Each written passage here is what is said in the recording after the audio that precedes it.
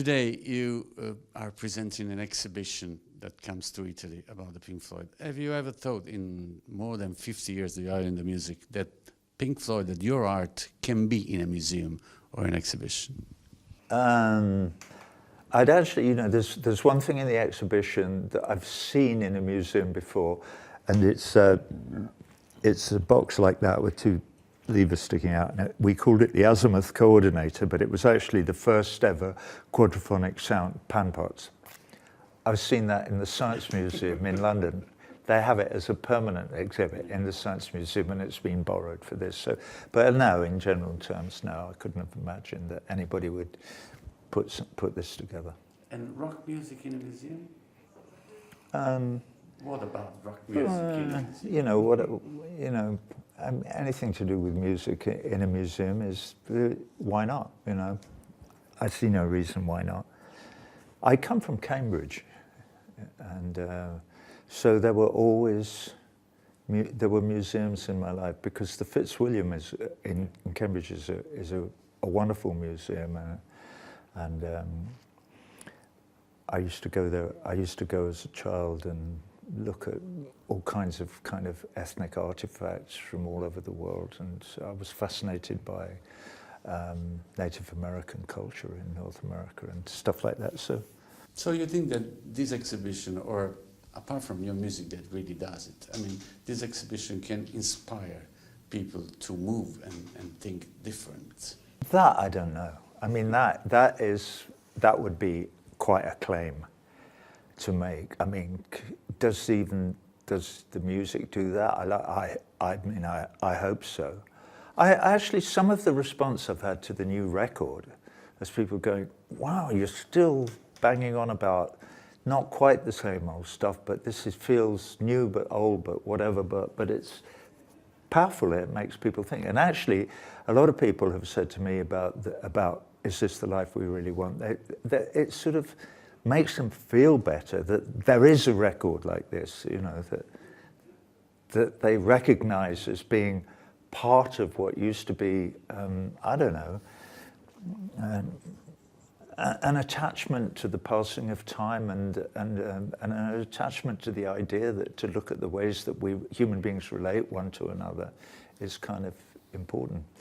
It's what the whole of literature and all art has always been about, really. And it's true for you, because your music has changed, you have changed, but your idea of art and the importance of human relationship has never changed. No. So how much do you think that music can change people's mind today? Not yours, not only yours, but people listen to the music very differently than was before.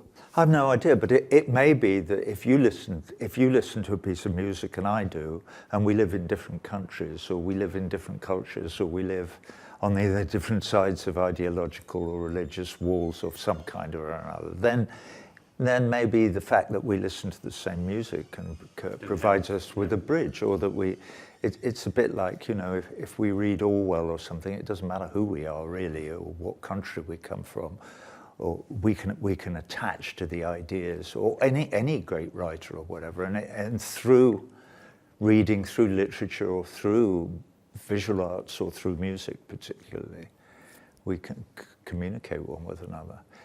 I mean, it is true that you know, Pythagoras 3,000 years ago figured out the relationship between mathematics and music originally, and so we are still mystified and delighted by the fact that, you know, base E is 40 cycles per second, and 1 octave up it's 80 cycles per second, and 2 octaves up it's 160. So that the relationship between simple harmonic motion and math, so the natural laws of physics are beautiful in every way. You do live shows that are more than concerts, because you speak to people, you communicate with people, you entertain people. So how much do you spend thinking about the concert that you propose? I mean, it's always been like that with Pink Floyd, but now you are completely in control of the things you do? There's a basic, putting this show together, there are really prosaic questions that come at the beginning of the process. I hate to admit this, but they do, which is going, oh, Christ, how much of the old shit have I got to do? Not that it's shit, I wouldn't do anything that I thought was shit, but Pink Floyd stuff. How much should I do? I still have to put bums on seats. You know, I could be as brave as Neil Young and go out and do my new little play about people living in a small town in wherever it was. He did that thing, Green Acres or whatever it was called, and people didn't like it. And they went, what's that? I don't want to see that. I want to hear Old Man, and, you know, I want to hear Harvest Moon. I want to hear your songs. And so if you're sort of either sensible or not, I think, okay, I've got to provide something which is palatable, but how can I move people as well? So 75% of this show is material that I wrote with Pink Floyd, and the other 25% is new songs of the new album. And I think it's about right. I might be able to squeeze in one more bit from the new record, and maybe I will at some point, but maybe not.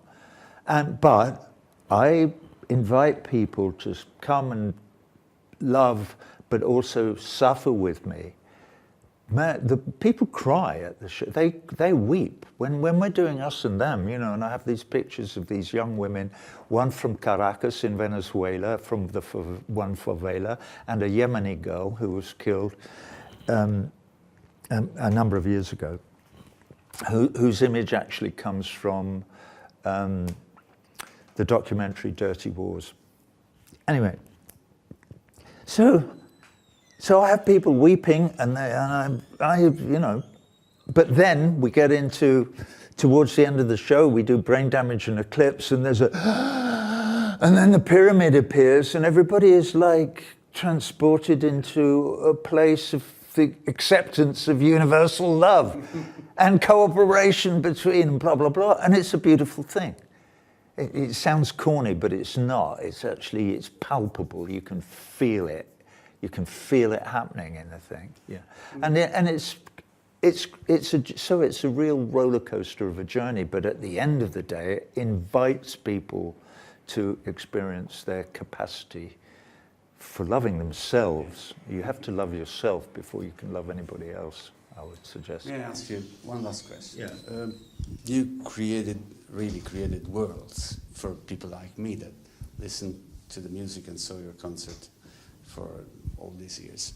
And you never lose your mind. Is that something that was difficult to do? Because you have a power. You are like God in many ways, because you create something that normal people doesn't do. So have you ever feel powerful? Have you ever feel potentially God? No. I mean, the song that started me to make the new record is the song Deja Vu, which starts with the lyric, if I had been God, blah, blah, blah, blah, blah. I'll tell you, this is the last thing I'll tell you, but it's really important. There is, the last verse of that song is not on the record, because when Nigel Godrich did the final editing of the thing, he wanted the shape of it, and he removed the end of the song. The second half of the song was gone. And so, but I'll tell you what it is. I actually like the fact that it exists, that I wrote it, that it's there, and that I can tell people it is this. He removed it because if you listen to it in a particular way, you can make a reference to Israel-Palestine, and he wanted to keep any reference to any of that out of this record.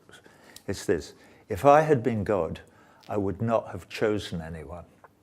I would have laid an even hand on all my children, every one, would have been content to forego Ramadan and Lent, time better spent in the company of friends, breaking bread and mending nets. Many thanks. It was a pleasure to meet you. Thank you.